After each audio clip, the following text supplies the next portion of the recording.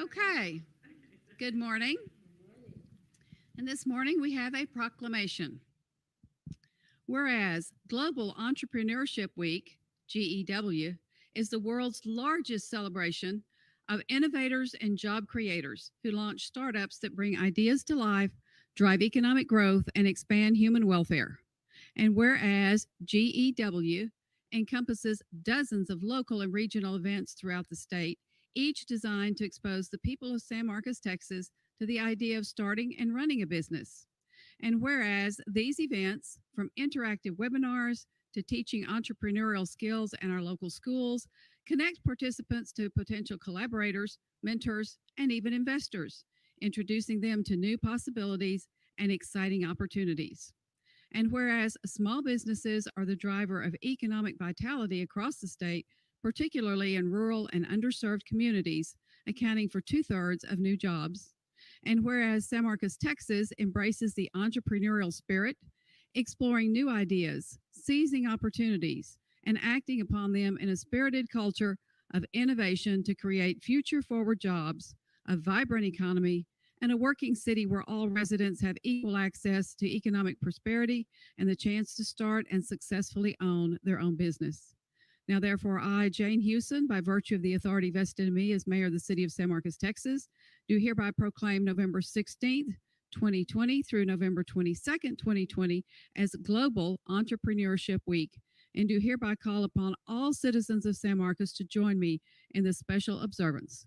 In witness thereof, I have hereunto set my hand and caused to be affixed the seal of the city of San Marcos, Texas, this 17th day of November, 2020.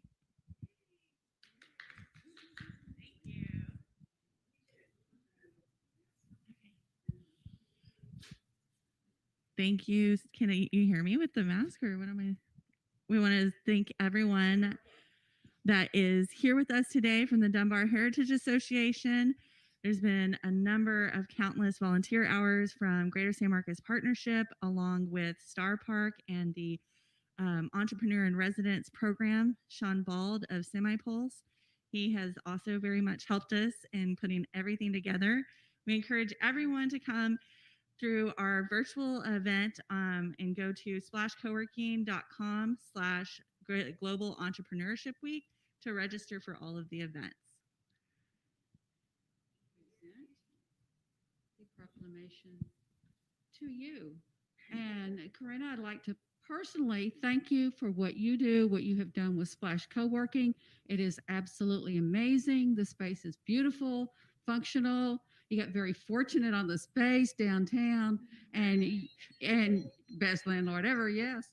And you and Perry and others have really made it a wonderful, inviting place for entrepreneurs to grow. So thank you very much.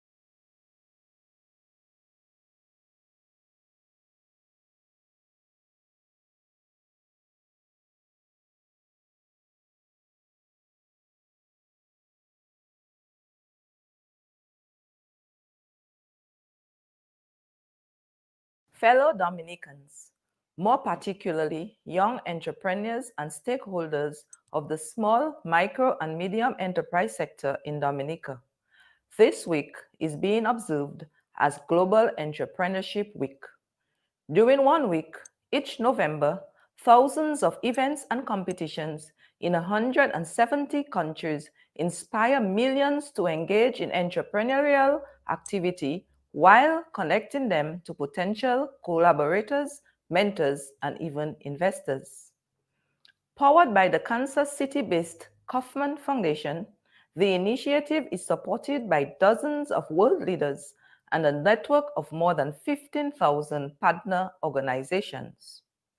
The Dominica Youth Business Trust, popularly known as DYBT, within the Ministry of Youth Development and Empowerment, Youth at Risk, Gender Affairs, Seniors Security, and Dominicans with Disabilities, is the proud host of Global Entrepreneurship Week 2020 here in Dominica. This year's theme is Building Strategic Partnership for Sustainable Youth Entrepreneurship and Development.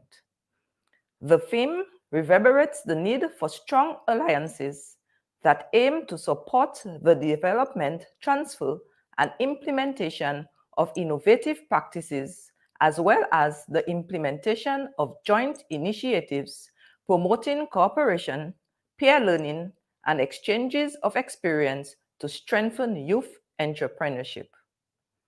During this COVID-19 pandemic, we have seen the emergence of strategic partnerships between a number of entrepreneurs with the local and regional sphere and an effort to widen their customer pool and increase revenue. Entrepreneurship is more than just the narrow pursuit of commercial success. It is the engine that solves the world's problems. It is the cornerstone of economic growth and global stability, which creates jobs and enhances human welfare. According to the International Labour Organization 2008 report, promoting youth entrepreneurship has the potential to contribute to social development. It offers young people an opportunity to increase their earnings through self-employment and to create jobs for others, thereby raising their living standard while reducing poverty and building sustainable livelihoods. While older businesses tend to become obsolete, young enterprises that grow inject dynamism into an economy and engender innovation into a society. Young enterprises create new wealth and jobs, and they make up approximately 90% of enterprises in the world and account for 50 to 60% of employment, especially in emerging economies. From today, 16th November to Friday, 20th November, the DYBT will partner with various public and private sector institutions, as well as regional and international organizations in several events to observe Global Entrepreneurship Week 2020. Two webinars will be held on Tuesday 16th and Thursday 19th November, respectively.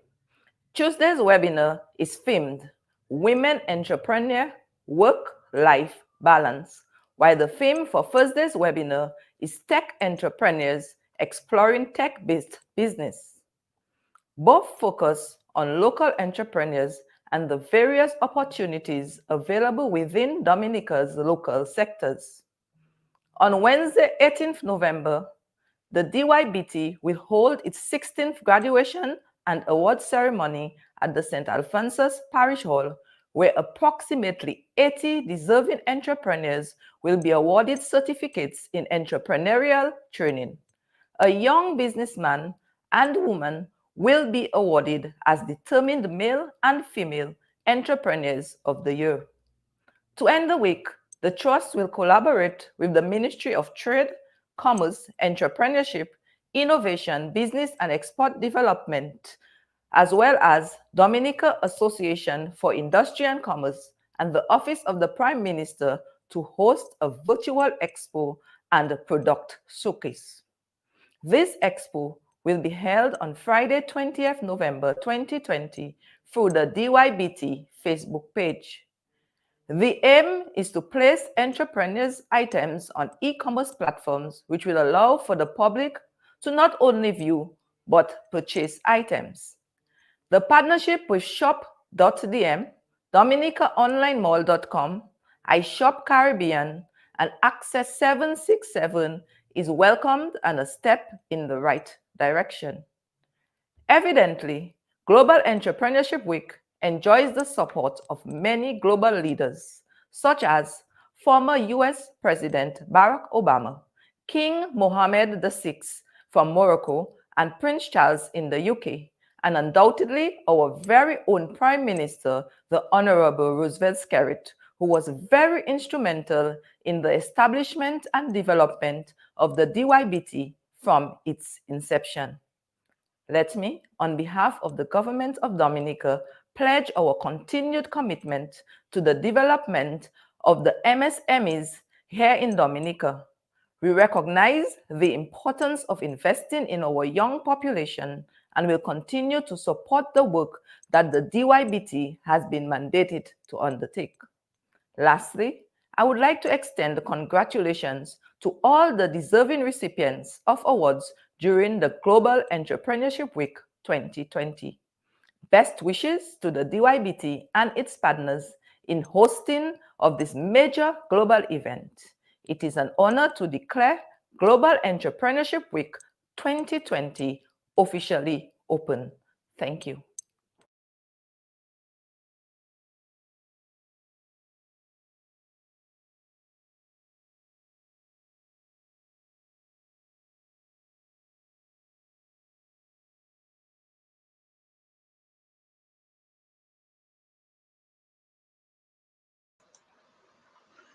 All right. Well, good morning, entrepreneurs and supporters of entrepreneurs. We will begin our program in about 5 minutes. So we urge you to get comfortable and we will get started shortly with our day. Get Business Fit.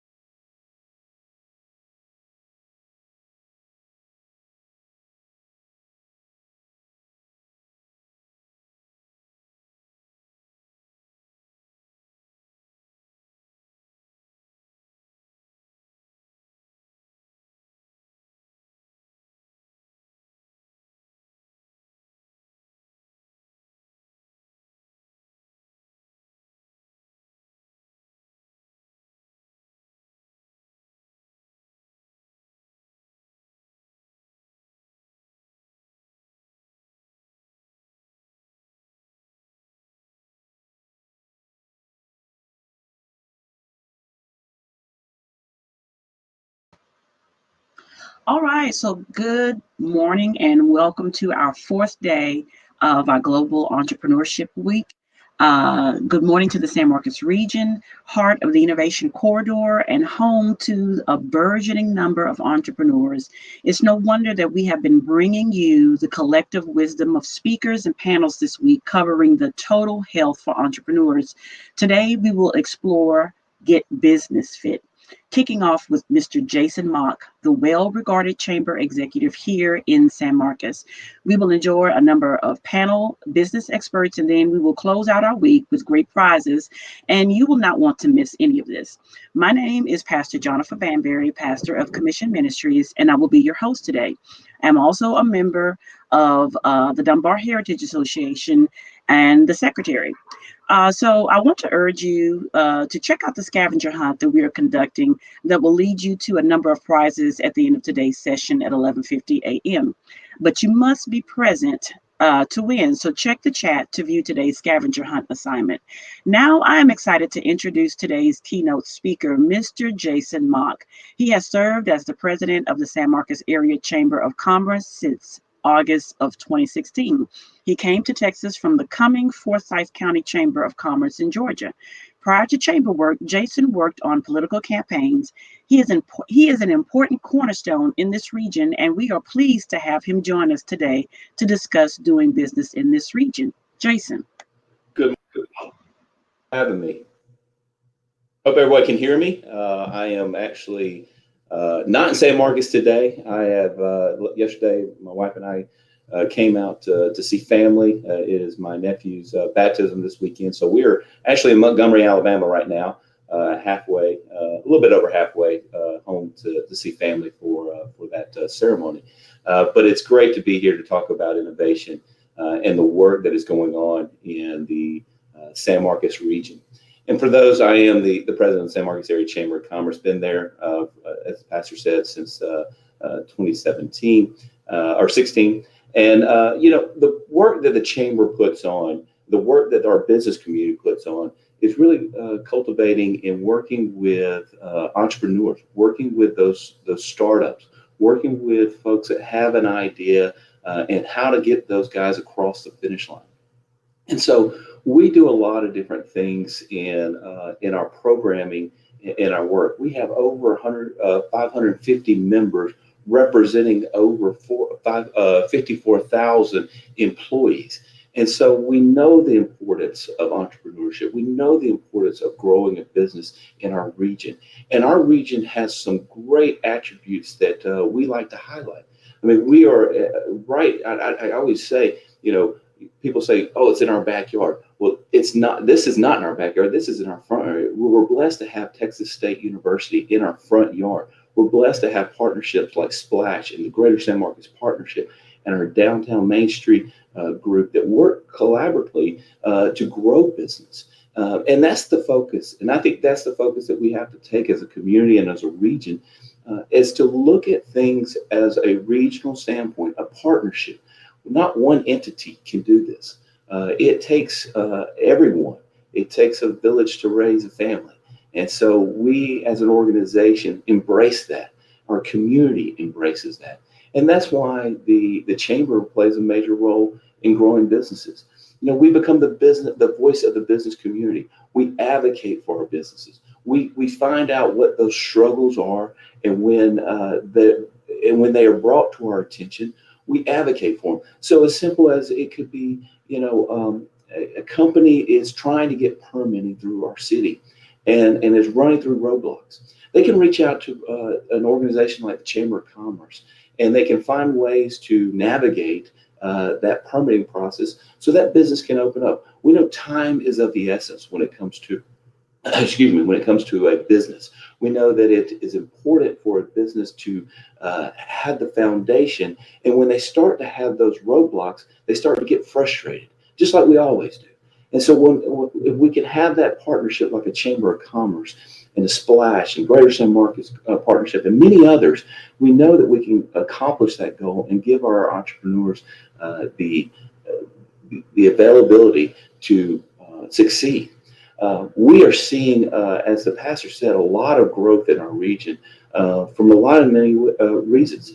We are centrally located between two major cities, Austin and San Antonio, and that growth coming out of those two cities, we're seeing entrepreneurs settling into to the San Marcos region for many different reasons. One of those is quality of life. We are blessed to have the San Marcos region right in our backyard. And when you have those attributes, You're looking at entrepreneurs are looking at different factors. Some entrepreneurs, they can start their business right in their living room. And so they don't need an office space. They don't need a brick and mortar. So what they're looking for is that quality of life, where they can raise their family, where they can go and enjoy trails or nature. So those kind of things are play into factors when it comes to growth of a business, not just the business model of a brick and mortar. You want to make sure that you have your customers and your clientele right there for the growth of a community. And so when a chamber looks at different things, when we look at different things, we're always looking at ways to expand. So some of the things that we have started to work on for the new year is continuing to look at different programming. We've started a coffee and commerce about 2 years ago, where we gather individuals together every Friday, and they come together over a cup of coffee, and they just talk, and they just network. They find out what's going on. There's no kind of pitch things like a 1 million cups or things like that. It's more of a networking thing to kind of find out what's going on.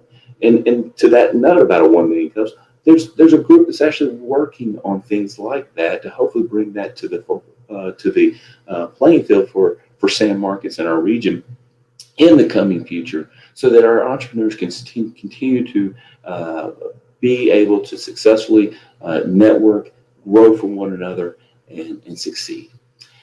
At the end, entrepreneurship, business growth comes down to a plan. And you have to have that plan available. You have to vet that plan, and that plan takes time. And so I encourage you, if you're in that early stage of growing your business, trying to figure out that idea, you have that, that you think that $1 million idea, or maybe it's just a $1,000 idea, but you want to bring that to fruition. Take the time to pull that together. Do your research. Invest early in your business, in your products.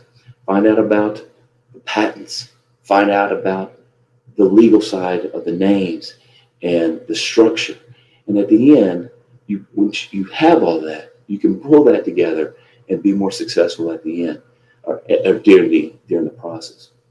And so I encourage you, if you're interested in more entrepreneurship, if you're trying and you're thinking about taking on that challenge, reach out to us, Chamber. Reach out to partnerships like Splash and Corinna and the Greater San Marcos Partnership, or Josie at San Marcos Main Street. And if you're not in the San Marcos region, and you're looking at this and you're watching this segment, and you may be sitting in Alabama right now. Who knows? You may be somewhere else. Reach out to your local partners so that you can engage with them, because at the end, your local partners want you to succeed. We know you need to succeed. You're the ecosystem that continues to grow our community and grow our economy. And without you, we will not be successful. So we, as entities like the Chamber and others, we want to see you succeed. And we want to do everything we can. We want to take down those roadblocks, cut those barriers. At the end of the day, the more barriers there are up for businesses to grow, the harder it is for them to grow. And so for our sake, we're looking at ways to cut that red tape. If it's working with our city, working with our county, or just working directly with the business itself to sit there and find different techniques. It may be, struggling with QuickBooks and financing, because that, at the end of the day, that's one of the scariest parts of opening a business. You have this great idea and you think about it and you say, I know how to make this widget. I know how to make this product, but I don't know how to get it to market, or I don't know how to price it. And you just give up. Well, don't, because there's people out there. There's entities out there that will help you. And I say this, the Chamber and myself, we don't have every answer out there. What we have is, and I said this the other day, and somebody looked at me, we have a Rolodex. And somebody goes, what's Rolodex? Well, we have a Rolodex. Yes, I guess I'm dating myself a little bit. But we have an entity or a group of contacts that we can connect you to help you solve those problems and work through those different challenges so that at the end, you're successful. I thank you for allowing me to speak for a few minutes about entrepreneurship. I encourage you each and every day to look at the entrepreneurship, the global side of it, and the impacts it has on our community, on our state, and on our nation. Again, without you, we would not be successful as a community, as a state, and a country. So I thank you for all the work that you do as entrepreneurs. You really, truly put everything on the line every day. There's not a safety net that you can fall back to. There's not a company, a corporation that can bail you out. Unfortunately, you are on your own some days, but not every day, because there's entities that will help you. There's entities that will guide you and believe in you and market you and just push you across that finish line. So I encourage you to continue the path of your goals of being an entrepreneur. I encourage you to continue uh, inventing, investing, thinking up new ideas. You know, entrepreneurs come up with that one idea, and 5 minutes later they go, "I got 10 more," and that's awesome. And so I just continue to say, you know, again, you are the backbone of our community and our economy. And I look forward to working with our entrepreneurs in our region and the regions across entrepreneurs across the country.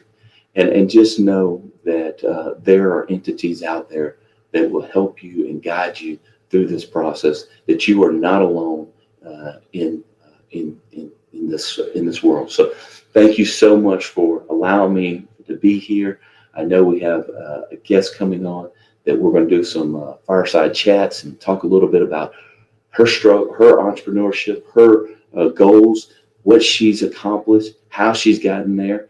Valerie Ward with Sweet Ritual, it's got some great stories to tell us and great feedback. So I know she's going to be joining us in a few minutes. I think we're running a few minutes fast. So, here's Pastor. Thank you so much. Yes. So while we're tap dancing and waiting for Valerie to get here, I'm here to help you out. So you said a lot of great things, but the one thing that I kept hearing you say over and over again, and that I think is so important about the fact that it may feel like you're alone sometimes, but you're not. So and I totally knew what you were talking about when you brought up the Rolodex. Um, so don't feel bad that you're dating yourself. I was like, yeah, the Rolodex. I feel like I probably have one in my office somewhere if I look hard enough. But for those of you who don't know what the Rolodex is, kiddos, it used to be this little thing, this gadget that was so revolutionary that they had these cards that you would write phone numbers and addresses and information and you could flip it. And now we just have cell phones. But speaking to the digital Rolodex of entities, what are some more entities that people can reach out to for people who may have no idea? They just have a business idea, they have a product, they have a service.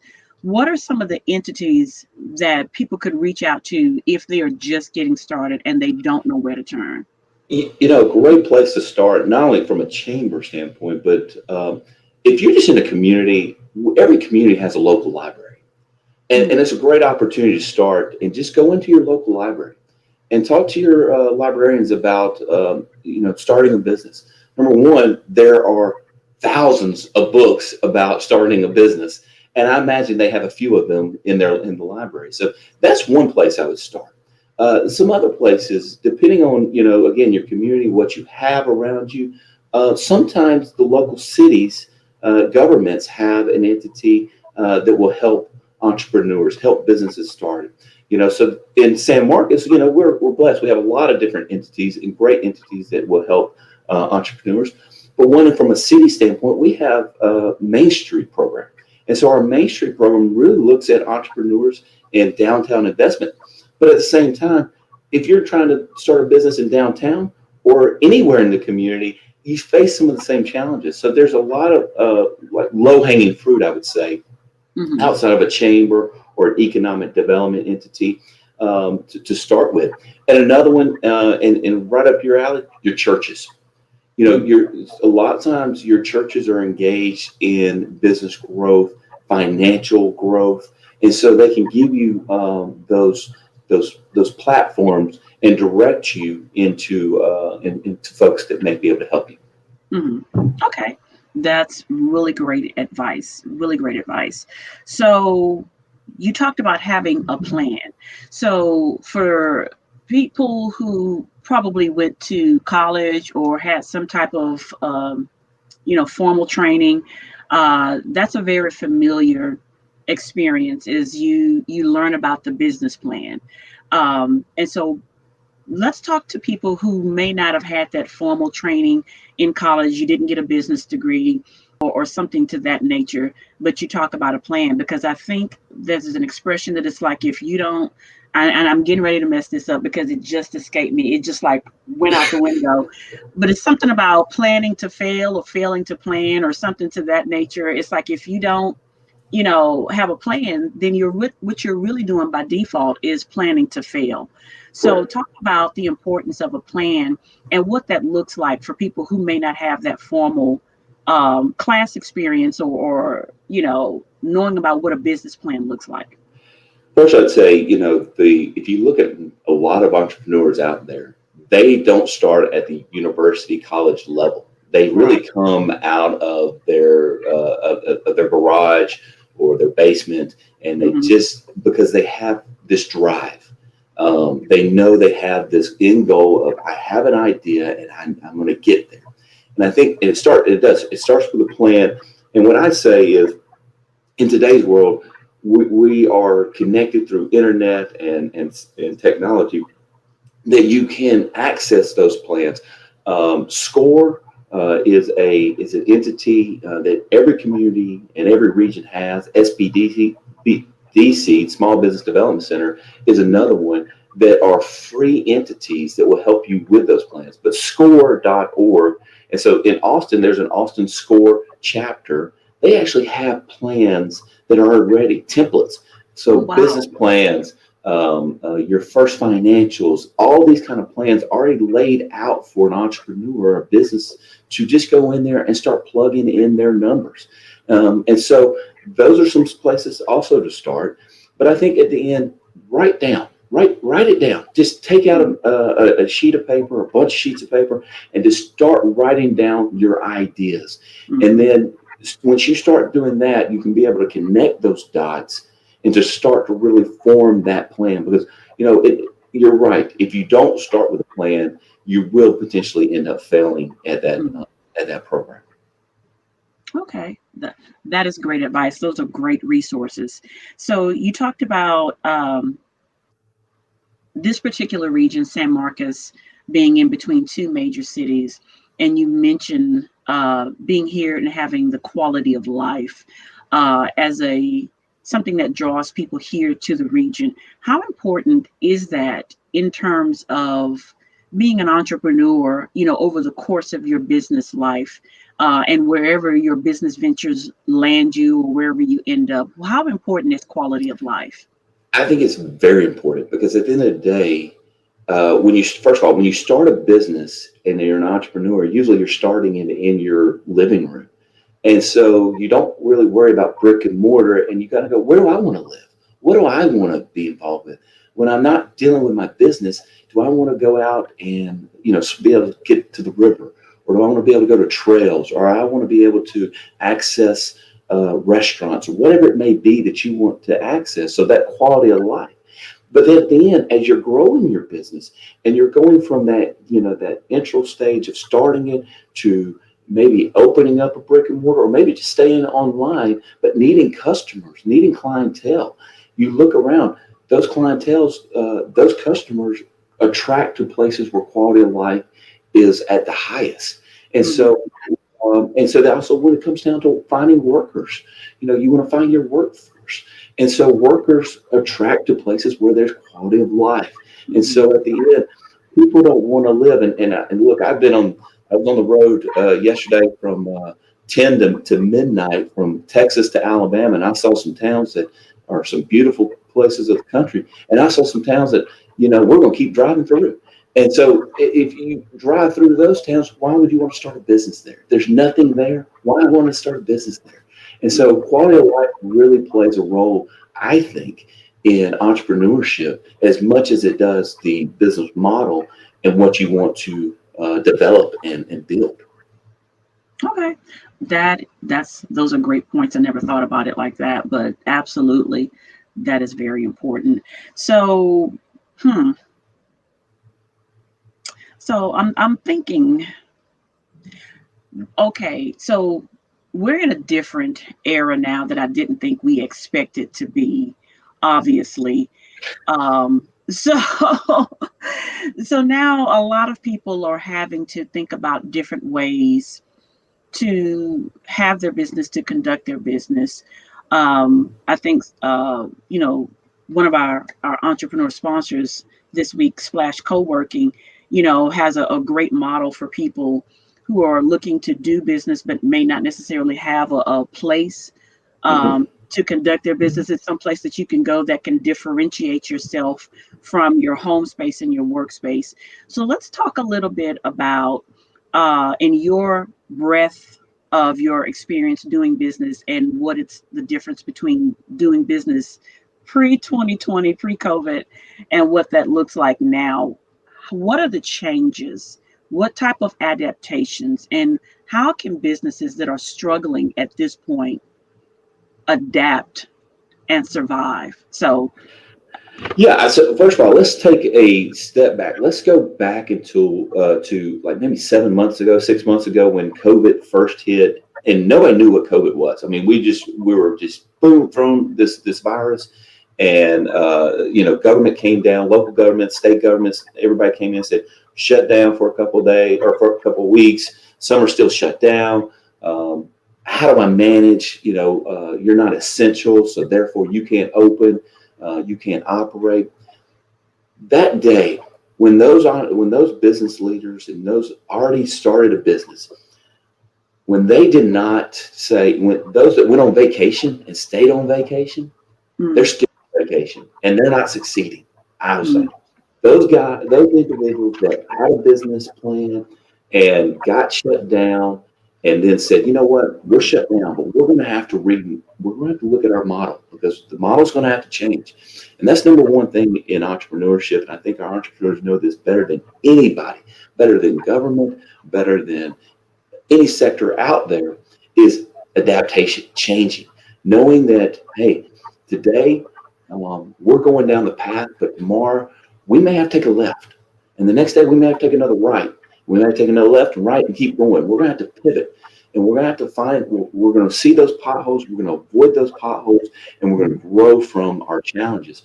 And so those individuals during that time that really drilled down in their business model, looked at new ways to showcase their products, produce their products, have been successful and will be successful in the long run through this pandemic, as long as it's around for us. Those individuals that were starting a business, I think, were really kind of blessed, because they knew the model was, hey, I can't do a brick and mortar. I have to go online. My clients aren't going to come into a shop, nor can I pay for a space that I can't maybe get into right now. So those entrepreneurs that were just starting up at the beginning of the COVID phase, I think, are now focused all 100%. How can I make my business model all online, selling? Now, our guest is coming up in a few minutes. Valerie, how can a food entity sell online? It's very tough, but some have been able to find a way. There's I think restaurants, our hospitality has really been hit during COVID. Restaurants really have been hit hard, but those restaurants that pivoted from going into the establishment to go orders or drive-through really have been successful. And those who have been able to say, you know what, we're going to package it up, and we're going to mail it to you, have even been successful. I'll give you a great example. We have a local pizza place in San Marcos, Gumby's. Forrest and his brother do a great job. And I encourage you, if you haven't gone to Gumby's Pizza, go downtown to San Marcos, visit Gumby's, and check them out. But during this process, they were taking the raw dough, the toppings, and they were putting it all in a box. And then they were selling it. And what they were doing is they were doing videos like this where families could learn to make pizza together.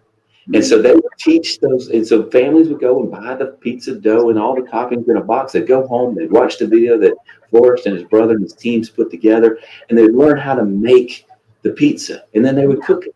And so it's that whole idea of thinking outside the box. And so COVID really has made us think differently in a lot of different ways. But when it comes to entrepreneurship, when it comes to business, it really leans on using technology.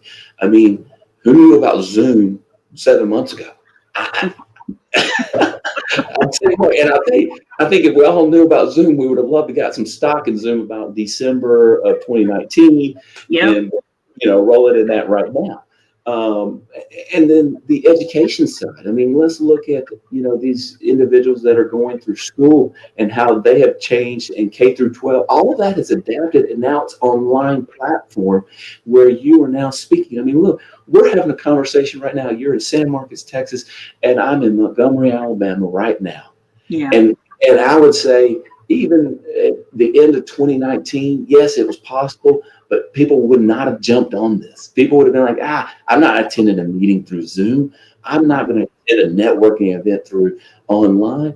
If it's not in person, I'm not going to do it. So finding those new ways of adapting and networking through technology is how these new entrepreneurs are going to have to succeed. And being able to potentially, hopefully one day, and I don't want to throw our brick and mortars, throw those out with the baby without the bathwater. I want those brick and mortars to succeed. I mean, those are hearts of our community. Yeah. And we got beautiful brick and mortar facilities in San Marcos in downtown that, you want those people to come out. They grow and they connect one another. But in the meantime, you have to have that platform where I can be on brick and mortar, and then I also can be online so that I can serve my customers. Because if you're not serving your customers and your clients, you're not serving anybody, and therefore you're dying. Right. I hope that answers some of your questions. Oh no, totally. I loved the example that you used about Gumby's and how, platforms like Twitter and Instagram and Facebook are now the heart and soul of informing your customers about when you're open, if your hours are reduced, what's available, what kind of menu can you offer, what type of services are you doing, curbside, are you doing pickup, so that was a great example about Gumby's and adaptation. And I'm really grateful as a consumer myself. I'm really grateful and impressed with some of the businesses of places that I love to visit that they've been able to adapt. So I think that's a really important point, and you answered the question beautifully. I think that they might be getting ready to bring Valerie up soon, but I'm waiting. Okay. There she is. All right. So thank you, Jason. This has been a great conversation. So now, Jason, you're going to stay on with us, and we'll be joined by another entrepreneur, Valerie Ward. She's co-owner of Sweet Ritual Vegan Ice Cream, which I am really interested in this because I'm vegan myself and I haven't made it to Sweet Ritual yet. So I'm excited to have you here. So she's the co-owner of Sweet Ritual, a vegan ice cream business built on a co-op model. So now we're seeing many alternative ways of setting up a business, and Sweet Ritual is one of them. So tell us why you went in this direction, Valerie. Actually, it's not a co-op model. So I just want to clarify, we're just a straight up regular business. But I think the way that we're different is in the way we think about doing business. And we really focus on that idea of the triple bottom line. So not just how do we make money, but how do we really create value for our staff, for our community, for our customers, for not just the shareholders, but the stakeholders, everyone who's affected by the way we do business, which now that we live in such a global connected world is really everybody on the planet is affected. So Valerie, let's go deeper into that model because it's unique. I mean, it's not a unique model. There's a lot of companies and organizations that are doing this exact same model across the world. But I think if you're on this call or on this Zoom call, you may say, I've never heard of that. I've never seen that kind of model.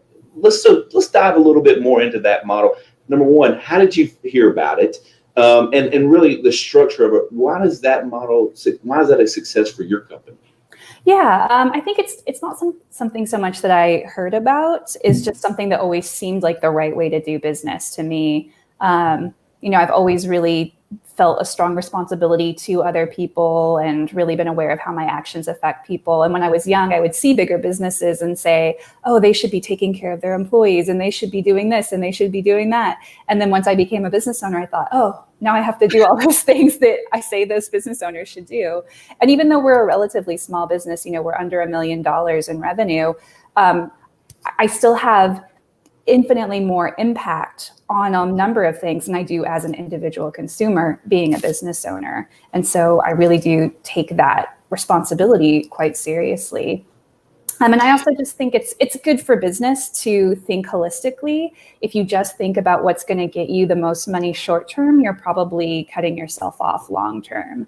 Yeah. And I also, I was going to ask this question before talking about really the business model, vegan ice cream. How did you, I always like to ask that question about any entrepreneur that says, hey, I got this widget. Well, why that widget? So why vegan ice cream?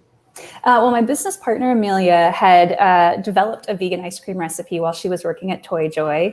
And I had worked at Amy's Ice Creams as a manager. So I knew how to run an ice cream shop. She had a good recipe. And we saw that there was a growing need for a non-dairy alternative, especially in Austin, not just for people who are vegan by choice, but for people who can't have dairy, who have different allergies, who choose vegan for health reasons or environmental reasons or animal rights reasons. All those people needed something. And the reason we chose ice cream specifically is that we really believe that ice cream isn't just a food that you eat. It's more about the memories you make. And that's why the name is Sweet Ritual, because everyone has a memory of making ice cream with their grandmother on the porch in the wooden bucket with the ice, or going out to the ice cream shop after their sports game, whether they win or lose, or first dates. Ice cream is really a vehicle to make memories and share special moments with people. And you can't just get that from the grocery store. You need a place to do that. I always love homemade ice cream. And I think back to the days that my family would make homemade ice cream and sitting in the garage or out on the back porch and putting that rock salt in. And my grandparents had one where you had to crank the wheel. So, and then my dad finally got one that was electric. So that was nice. And, but you're right. I mean, one thing that you talked about about your business model, you knew how to run an ice cream shop, and your partner had a recipe, and the marriage came together where the two could be successful. Talk to us a little bit, our entrepreneurs out there, about how important that is, how both of you came together with the right recipe to make the right ice cream. Yeah, I think connections and relationships and collaboration are so essential in business. And whether that means having a business partner or just building a really amazing team, or even just having a great network of other businesses that you're connected to, you can't do it alone. And I know a lot of people go into business maybe because they're like, I don't get along with my boss, or, I want to do my own thing. And entrepreneurs are very individualistic, but I think also community is what really makes a successful entrepreneur. And it's through connections with other business owners, through the amazing people that have worked for us, and just through mentors and advisors that we've really been able to succeed. So on those connections, when y'all first started, where was some of the first places y'all went to really look at how to build the model of a business? And then the connectivity of making sure once you had the model that you had the right clients coming to your business? Yeah, we were very fortunate in a lot of ways. As I said, I worked at Amy's Ice Creams, and Amy is a very supportive entrepreneur. She is supportive of entrepreneurship and her former staff, and she was very generous in sharing her time and her financial information with us so that we could make accurate projections, and just really setting us up And even while I was working, she was very open with how the business worked. And now even more so, she actually has a financial education class for all of her employees and shares financial information with everyone who works there. So everyone knows what the cost of goods are. Everyone knows what fixed expenses are and knows how they have an impact on the bottom line. So that was a really big part. We were also very lucky to be able to open up inside of Juiceland, a juice shop. And so we got some kind of interest and notice from their customers. We reached out to the vegan community. And then we even once we realized that it wasn't just the vegan community, but people who have allergies that were really interested in what we had to offer, we were able to reach out to them and just start really building that network of support, also through our personal networks, just people who wanted to see us succeed and liked what we were doing. And when you started and talking about that network, how much did you rely on like social media and that connectivity to spread your word? And what kind of advice would you give? Were there any pitfalls that you learned from trying to put your message out there to the general public that you kind of go back, oh, should have said a little bit differently, or should have done something this way, or that said that way? Is there something you can share with our audience about that? I can't think of any real big missteps, and my business partner is actually the one who handles more of the social media. But I do know that what's worked for us is being really genuine and organic with it. You can pay a lot of money to buy followers, but those followers aren't your customers. And so those huge follow numbers don't really mean anything if it's not going to turn into people who come in and see your product. I think what's really worked for us is just having very beautiful photography and engaging and responding to people when they comment. People just love to see that. And it's a great way to get impulse buys from remotely. Well, that's great knowledge. I mean, great advice, because I think a lot of people think, okay, I got this idea. I even maybe have a business structure and I'm up and running, but I'm trying to find customers. I'm going to pay. I'm going to go out there. I'm going to get all these followers and I'm going to make millions of dollars. And it doesn't happen that way. No. And a lot of those followers may not even be in your community, where if you're a brick and mortar, where they can even come to your shop. Yeah. And so I think that's a lot of pitfalls. So thank you for sharing that, because I think a lot of entrepreneurs start off and go, I need a Twitter account of 1 million or 1,000 people to follow me. I need a Facebook of this, I need that. And you really don't. It really starts organically in your backyard, in your community, and grow that up. Yeah, really the best way to get customers is to give your existing customers a really great experience that they'll tell other people about and bring other people with them. The one thing I have seen sometimes on social media is people inject too much of their personal life, especially small business owners. They'll talk about, the vacations they're going on, or, because they feel so connected to their business and they feel like their life and their business are one and the same. But you really need to have a very clear message about what your business is and be able to separate that from your personal life. You don't want to be posting about the bad day you had shopping, or the fight you're having with your spouse, or the person who hit your car. Like that has nothing to do with your business, unless your business is your lifestyle, like if you're a lifestyle blogger or something like that. But most people, it's not. So for those entrepreneurs that are thinking about diving in, talk to us about work-life balance. I think that is something that, like you said, I'm working for this big company. I'm tired of working for the guy. I'm going to go start my own company, and I'm going to have all this freedom. I'm my own boss. Is that reality? I think we've all heard that classic thing, that saying, "Oh yeah, it's great to work for yourself. You can choose your own schedule, any 80 hours a week you want." And I think you have to realize that there are times in your business where you do need to go above and beyond. And certainly when Amelia and I started the business, I was working 40 hours a week at the shop and then 40 hours a week at a job that paid me. She was working 60 hours a week at the shop, and we paid her what the bare minimum she needed. And that's just what we had to do for a year or two to make it go. But you also have to be thinking ahead that that's not sustainable. And you need to be thinking of the time where you're working 40 hours a week and then you're leaving work and then you're going and living the rest of your life for the rest of the week. And there'll always be the times where you have to have a hard week and work a little extra. But I think it's important not just for entrepreneurs and their own sustainability. I think it's also really important to model that for your staff as well, because you want them to be healthy and live full lives. And they don't need to be giving everything to this business because they just work for you. It's just a work relationship. And it's not a personal obligation for them to give up everything for your dream. But if you're not modeling that, then you can say it. But if they see you working 80 hours a week, then they're going to think, I need to work that hard. I need to work close to that hard too. And with that, I imagine you've been able to, the retention of your employees has been strong because of that. They see your work-life balance, and in turn, you're saying, hey, you need to have work-life balance. And so that has helped probably your company grow dramatically from that. I think so. Yeah, we've had some. I think it helps us attract really great people because they see that we're a company that values work-life balance, that we value diversity and inclusion among our staff, and we really support that. We offer healthcare and we offer paid time off, and they want a company that cares about them as people and not just them as cogs in the machine. So earlier, before you joined on, we were talking about the COVID-19. Everybody's been dealing with it. We're all still dealing with it, and we'll probably still be dealing with it for some months ahead. But talk to us a little bit about, so when you started, COVID-19 went around, you started, it was fresh, you're rocking and rolling and doing some great work in your community and your business. And then earlier this year, we were hit with the virus. How did that impact your company? Oh, it was devastating.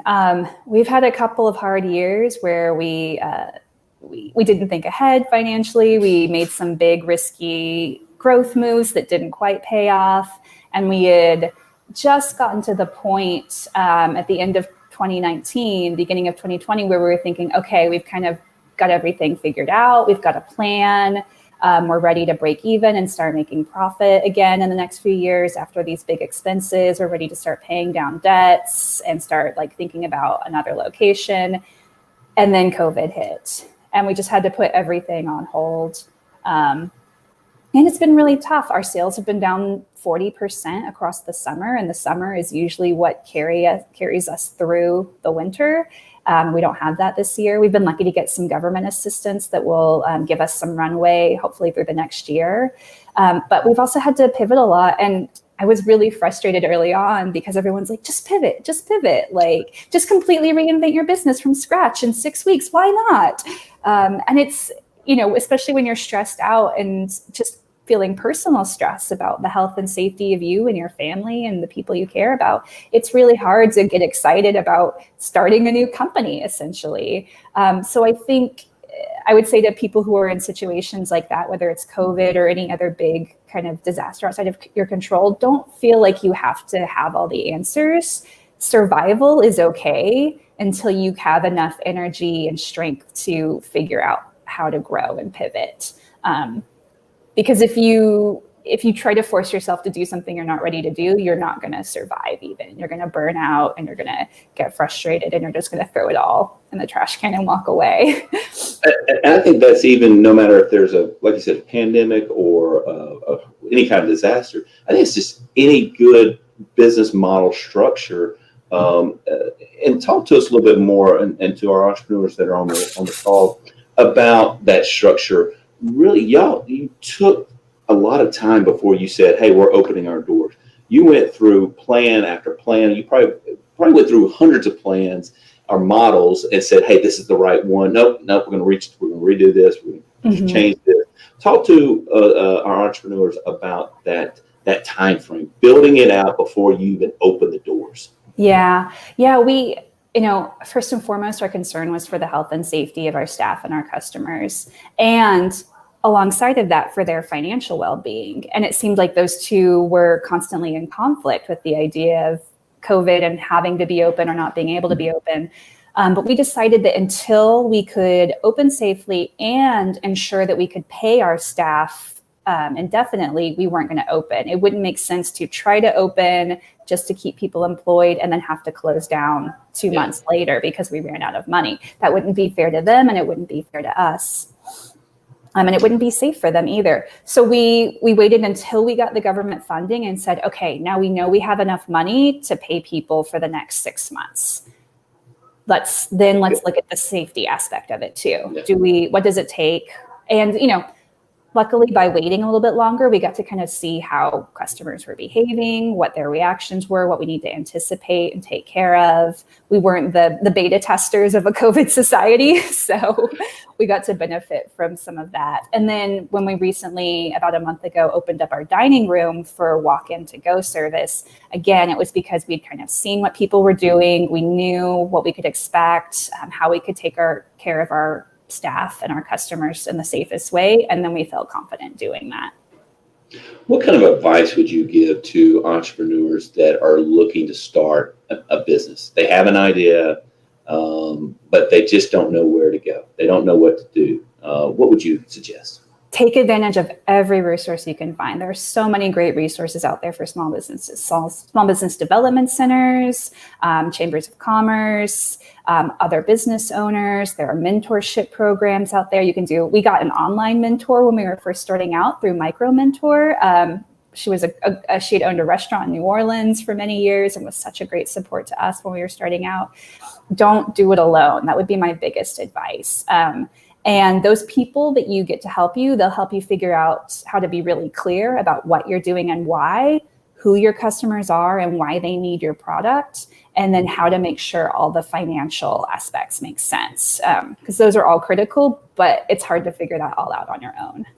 And about the finances, I think, a lot of entrepreneurs, they have, like I said, they had that idea. They believe they know how to build the idea, but it's the finances. That's one of the scariest parts. I mean, because at the end, you're putting up pretty much your own capital, or you're going out and asking people to invest in your company that they know nothing about. So walk our entrepreneurs through that process a little bit.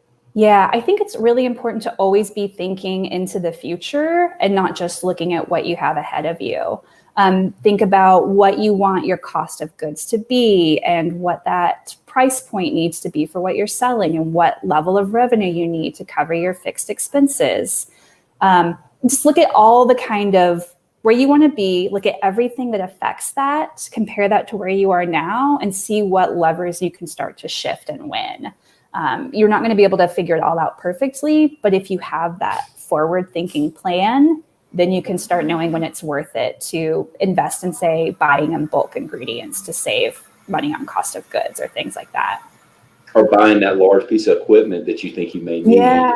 And I go, can I afford it? With ice cream, you think like, oh, a new ice cream batch freezer is $40,000. That's a lot.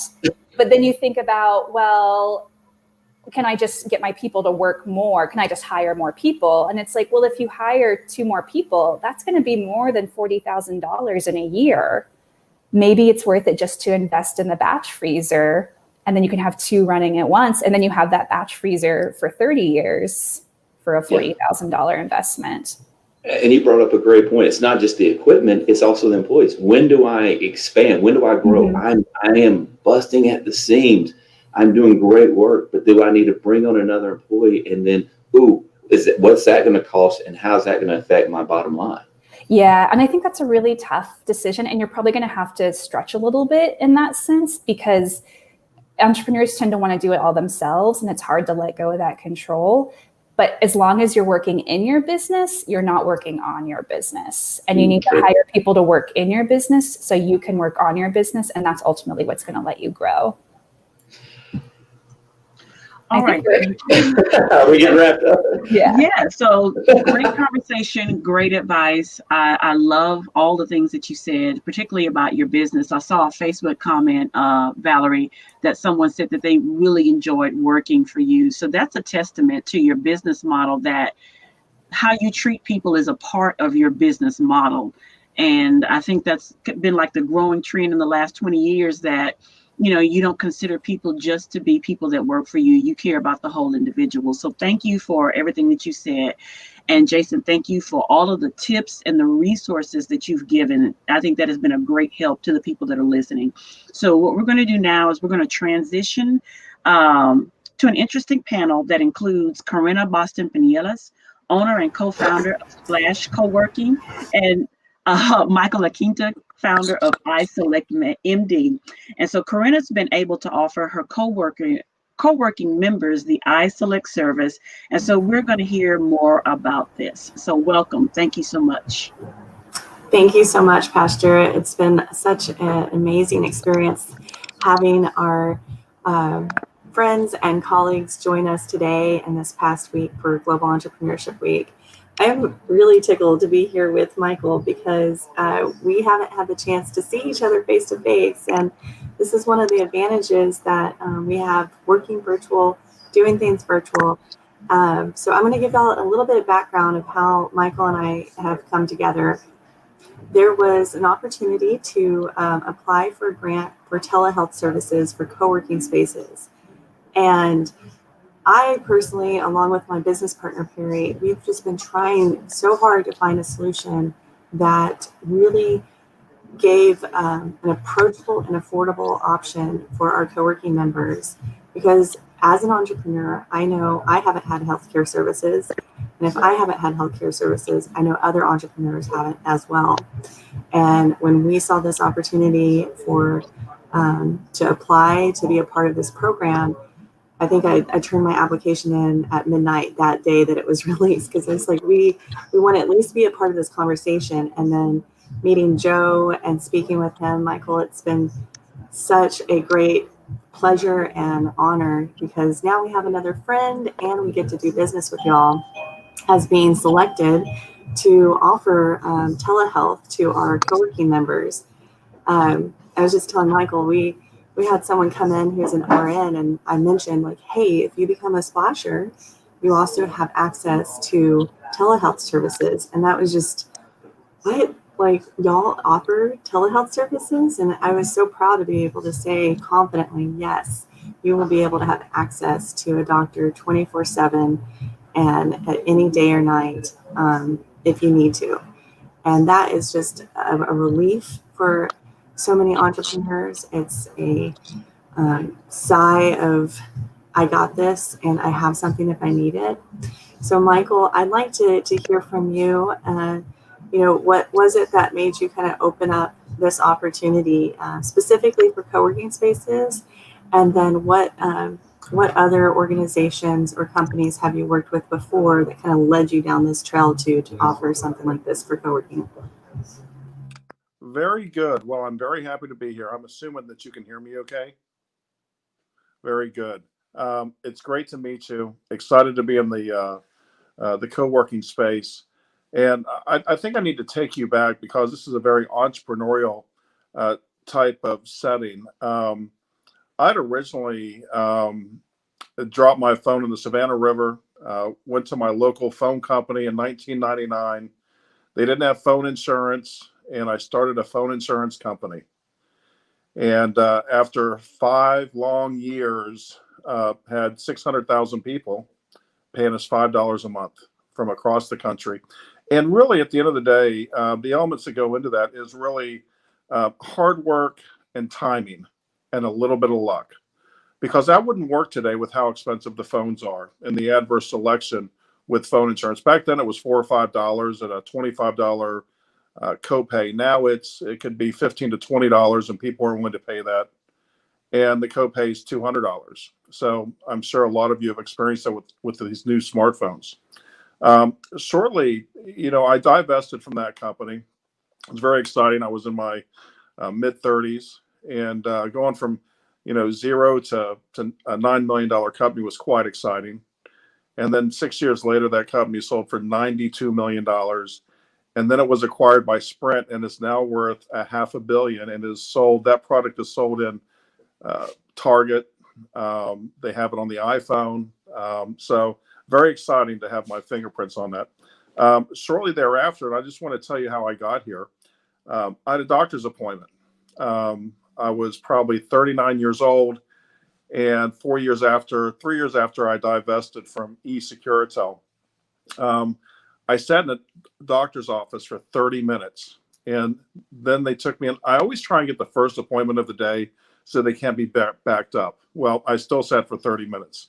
They took me into the exam room, and the nurse came in and said, "I'm sorry, but the doctor can't see you today. Would you like to reschedule?"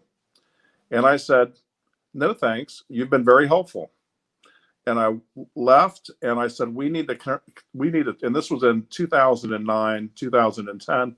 And I said, we need to turn the patient back into the customer. And with the funding that came from my previous sale and some savings, I built a call center, hired a couple doctors, and developed a proprietary computer program that would allow you to complete a health history. The doctor would call the patient would call the call center. The call center would take the health information, notify the doctor would call them back. At that time, we were just in South Carolina. But I have to attribute our success to really one phrase: persevere, and sometimes you have to be too dumb to quit. Just keep going. So 5 years later, this was probably in 2015, and I'm going to, we'd gone national, and I always looked at consumer-based opportunities. For example, colleges, wireless phone companies, banks, anybody that bills a large number of customers. And a close friend I was visiting in Chicago was working out of a co-working site. And I saw all these entrepreneurs coming in, going out. They have the receptionist up front in some cases, but it was several floors of self-employed people. And that's where I first got the notion of co-working, but I didn't act on it. I didn't act on it until me and Joe got together, Joe Savrimutu, and he thought it was a great idea, and he brought it up to me, and I said, wow.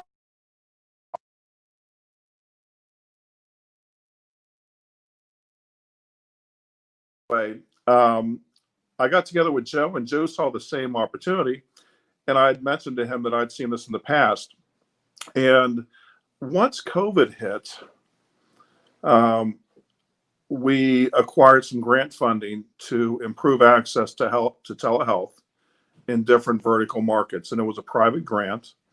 And so that's how we got to know you, and we're very excited to help you get your feet wet, because at the end of the day, I have to assume there's hundreds of thousands of co-working offices. You would know the numbers better than me, but at the end of the day, as an entrepreneur, what got me into this type of industry was I used to be in banking, and I would get paid every week, and I'd get paid more if I'd sold something.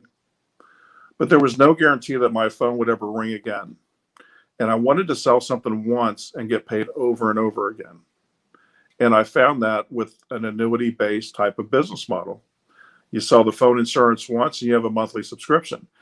So many people, if I sent someone out there and I said, I want you to ask 100 people for $20 at the grocery store, at the DMV, at the library, wherever, regardless of how cute they are or how handsome they are, they're not going to be that successful. But if you went out there and asked everybody for 50 cents, you'd have a lot more success. Just bring change for $1. The point that I'm trying to make is it's easier to get 100,000 people to pay you 25 cents than it is to get 100 people to pay you $20 if you attach it to the right product. And I think, and I don't want to step outside of my bounds here, but I think co-working is an incredible opportunity to expand our sphere of opportunity, bring a product that has a very high perceived value and real value, priceless when you need it, at a very low cost. And the one thing that I wasn't excited about in my last venture was I didn't feel like I was really making a difference. Our last success was I brought on 200,000 customers at $5 a month. And it was a 4 or 5 year contract. And it was really exciting, but it was really thankless because people are never happy when they break their phone. They want it right now. They want a new one. And there's a lot of fraud. So if your 4 button isn't working, it might be a factory defect, but you want a new phone, and normally it ended up with us. So with telehealth and iSelect MD, every time we pick up the phone, we're helping someone. And once, it's interesting. If you asked 100 people out there, and to be honest, I was probably 8 years early, but if you asked 100 people 5 years ago, they say, oh, that's great. I'd love to use that.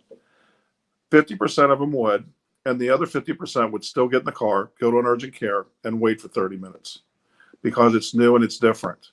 But once you use it once, you never want to be without it. It's that easy.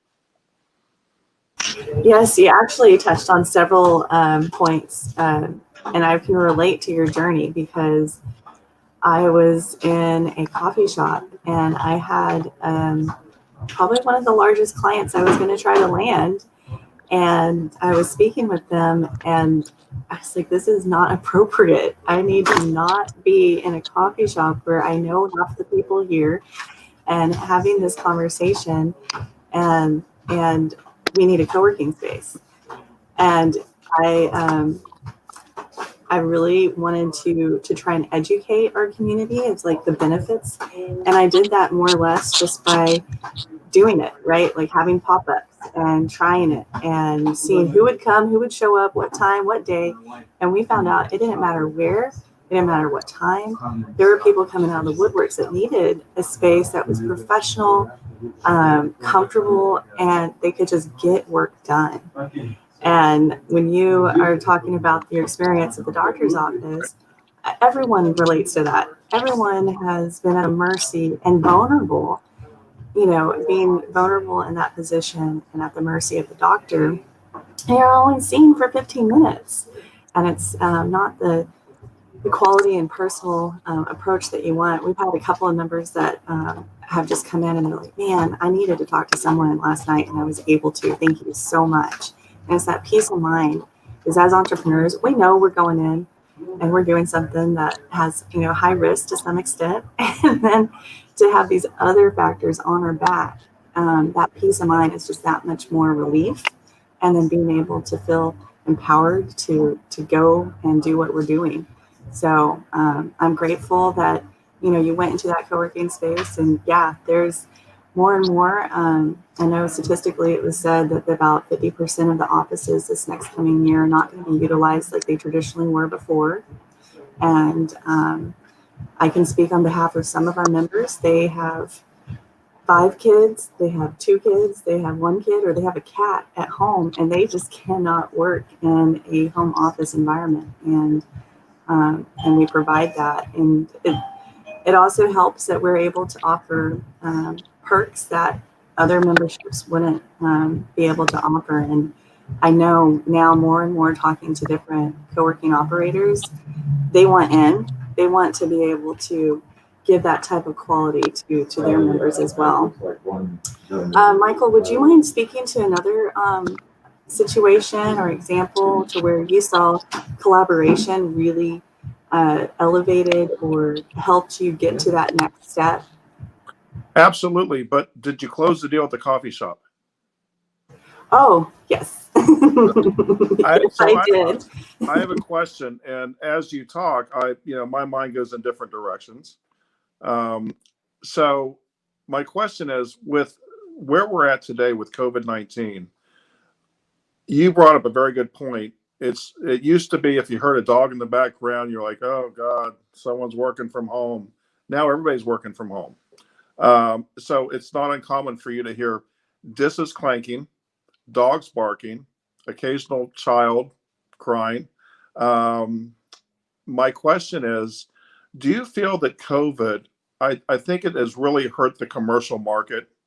All these companies that were able to go from an in-house call center to now having their call center reps at their homes.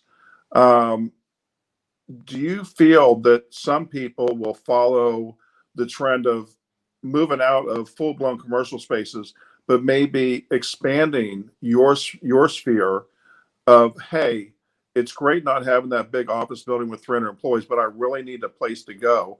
Do you see COVID and our new way of doing business as promoting growth in co-working spaces? Absolutely. Because we have had some people just walk in and be like, I don't know what this is, but I know it's not my home office and I need to do something different.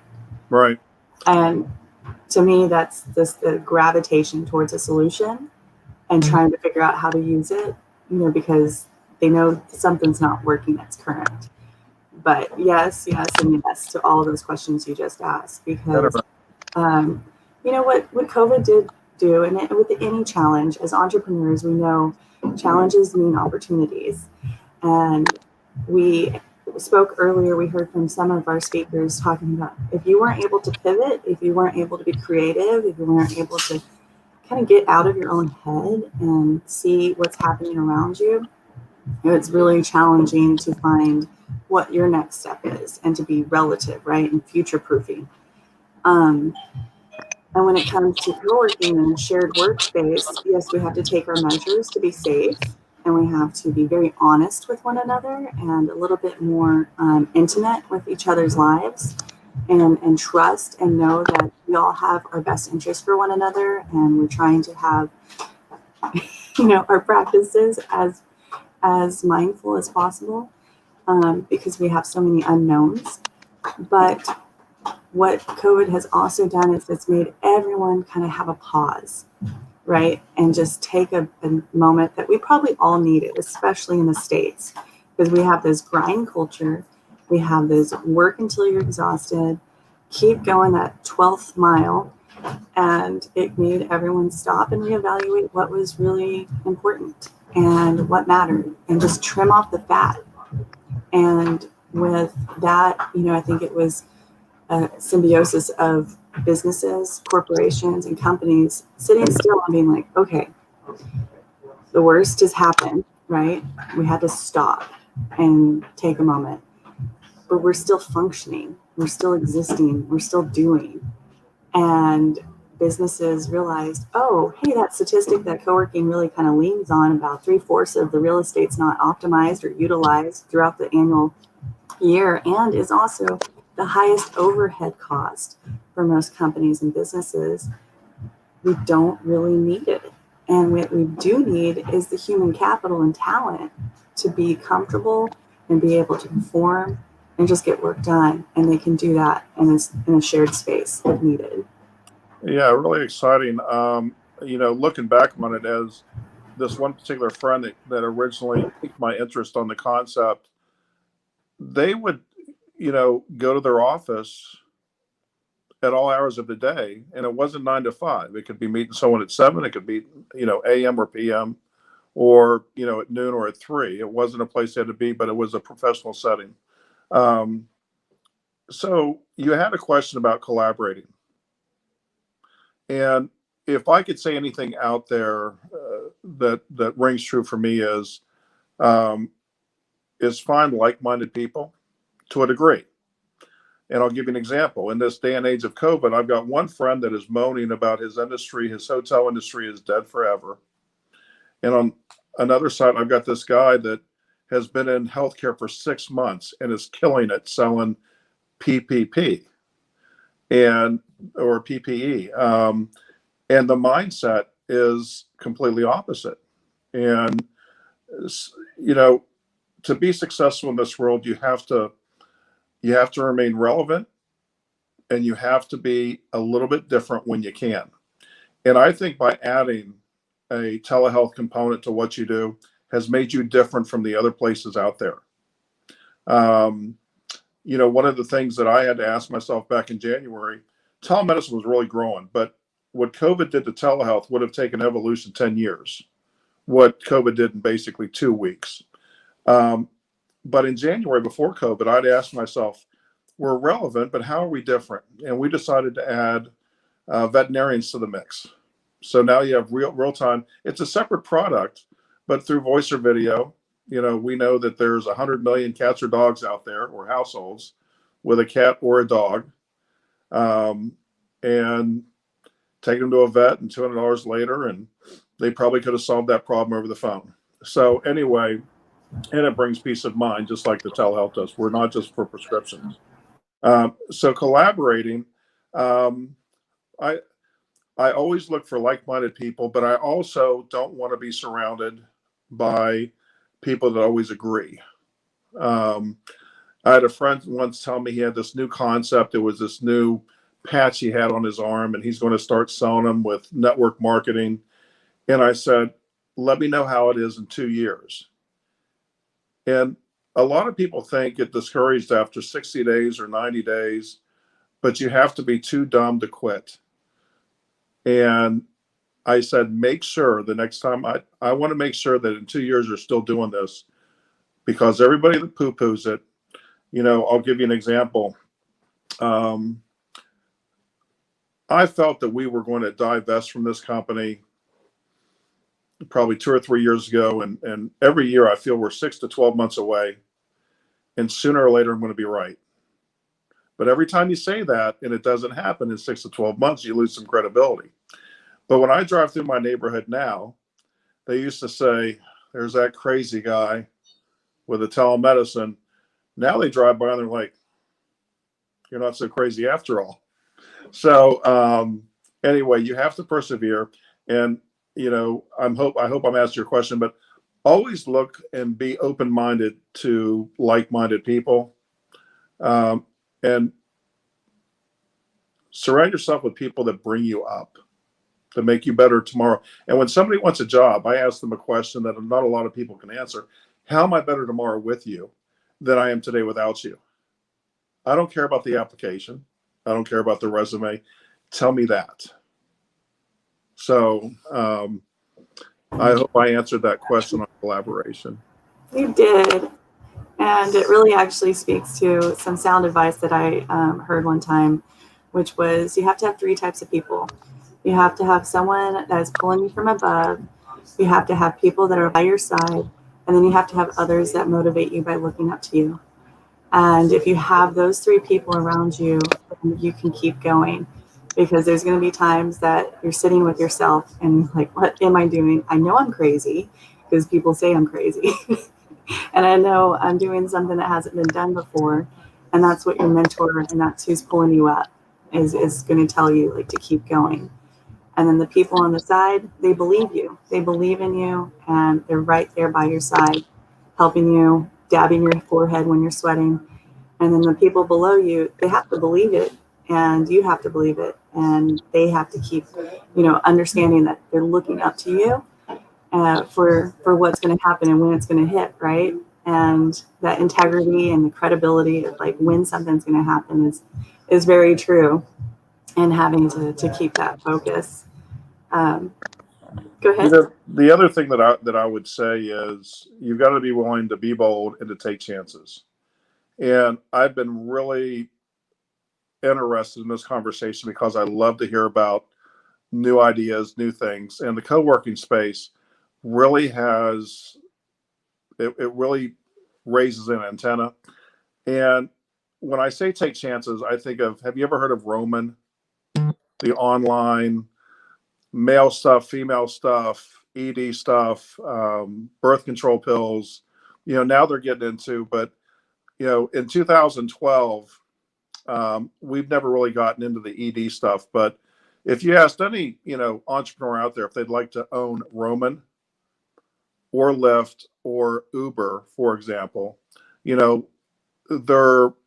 we get a lot of calls from people that say they have a sinus infection, but they really want to talk to the doctor about Viagra. And it's really a harmless medication that's probably over the counter in every other country. But the point is we didn't get into it. And there's just a stigma about that. We want to, non-urgent illnesses, that's a lifestyle medication. Right now we're being courted by people that want to be in the cannabis industry or that are in the cannabis industry. And we're having those same emotions. What do we do about this? Do we embrace it? Do we stay away from it? Telehealth's out there, and as long as medical marijuana is becoming legal in most states, pretty soon they're going to be doing it through telehealth. So it's more of a, I like to think of we're more like the Chick-fil-A's of the world, where there's certain things they don't do, like open on Sunday. And there's, I've always thought there's certain things we don't do, but maybe I'm wrong. Yeah, I think that's, part of finding your MVP, right? And understanding what differentiates you from others. I mean, we confidently get to say we're the only co-working space that offers telehealth to our members. And leading that badge is great, but we can't wait for others to join us to make a standard in the industry. because more and more the gig economy is moving forward.